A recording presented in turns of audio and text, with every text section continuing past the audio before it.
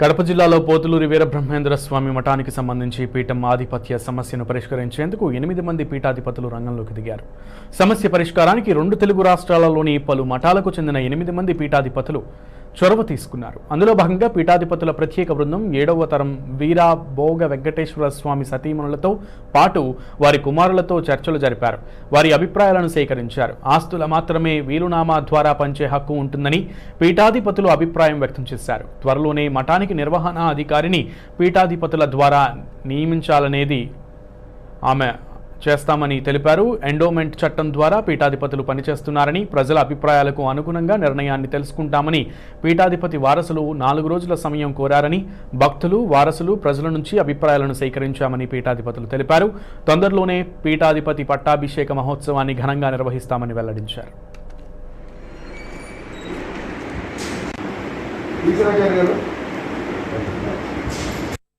మన పోతులూరి వీరబ్రహ్మేంద్ర స్వామి వారి యొక్క మఠం యొక్క స్థానం 400 సంవత్సరాల ఘన చరిత్ర కలిగిన ఈ మఠంలో బ్రహ్మీభూతులైన మఠాధీశ్వరులు వారు కొన్ని నిర్ణయాలు వ్యక్తం చేసినట్లుగా, అది కొంచెం అయోమయానికి గురైనట్లుగా మన మీడియా ద్వారా ప్రపంచానికి తెలిసింది. దీని తరపున విశ్వధర్మ పరిరక్షణ వేదిక తరపున మేము మఠపీఠ ఆశ్రమాధిపతులు ఇక్కడ రావడం జరిగింది. అలాగే దేవాదాయ ధర్మాదాయ శాఖ మంత్రివర్యులు మాన్యశ్రీ వెల్లంపల్లి శ్రీనివాసరావు గారు కూడా మీరు నివేదికను అందచేయమని వారు కోరారు. మేము ఈ మఠ వారసులుగా చెప్పబడుతున్న వారి కుమారులు ఎవరున్నారో ఆ 6 కుమారులతో కూడా మాట్లాడతాము. అలాగే 2వ భార్యతో మరి వరలక్ష్మమ్మ వారితో కూడా మేము వారితో కూడా మాట్లాడటం జరిగింది. ఆ తర్వాత స్థానిక పీఠాలు ఏమున్నాయో, స్థానిక సంస్థలు ఏమున్నాయో ఆ సంస్థ ప్రతినిధితో కూడా మరికొన్ని విషయాలు తీసుకోవడం జరిగింది. అలాగే సమాజంలోకి వెళ్ళిపోయి సమాజంలో ఉన్న కుల పెద్దలు వారి యొక్క సందేశాన్ని ఎలా ఇస్తున్నారో కూడా ఆ విషయం కూడా తీసుకోవడం జరిగింది. నిన్నటి నుంచి ఈ టైం వరకు కూడా అనేక రకాల మంది వ్యక్తులతో ఫోన్ల ద్వారా, మాధ్యమాల ద్వారా ప్రత్యక్షంగా పరోక్షంగా అనేక విషయాలు సేకరించడం జరిగింది. అయితే దీనికి వారు ఒక 4 రోజుల సమయాన్ని మాత్రం ఇక్కడున్న వారసులుగా చెప్పుకోవడానికి ఎవరైతే సిద్ధపడుతున్నారో, మాకు వీలునామాలు రాశారని చెప్పుకుంటున్నారో 1, 2, 3 వీలునామాలు చూడటం జరిగింది. అయితే దాంట్లో 2 మాత్రం వీలునామాలు, 1 అగ్రిమెంటు. అయితే వాటిని పరిశీలన జరిగింది. మా లెక్క ప్రకారం, మా మఠ సాంప్రదాయాల ప్రకారం వీలునామాలు చెల్లవు.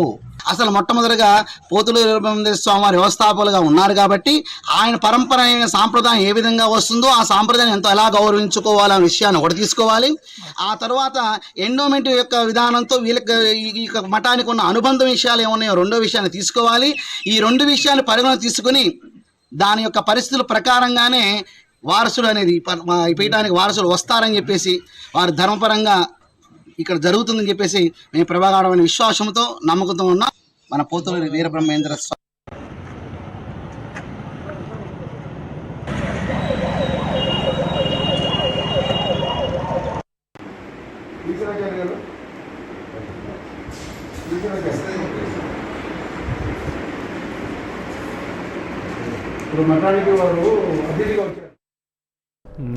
మొత్తానికి సమస్య పరిష్కారానికి సంబంధించి పీఠాధిపతులందరూ కూడా పూనుకోవడం జరిగింది. ఈ సమస్యను ఎలాగైనా పరిష్కరించాలి అంటూ కూడా. సో దీనికి సంబంధించి ఆ సమావేశం ముగిసినట్లుగా మనకి సమాచారం అందుతున్న క్రమంలో కడప నుంచి మరింత సమాచారం తెలుసుకునే ప్రయత్నం చేద్దాం. మా ప్రతినిధి శ్రీకాంత్ కంప్లీట్ డీటెయిల్స్ అందిస్తారు.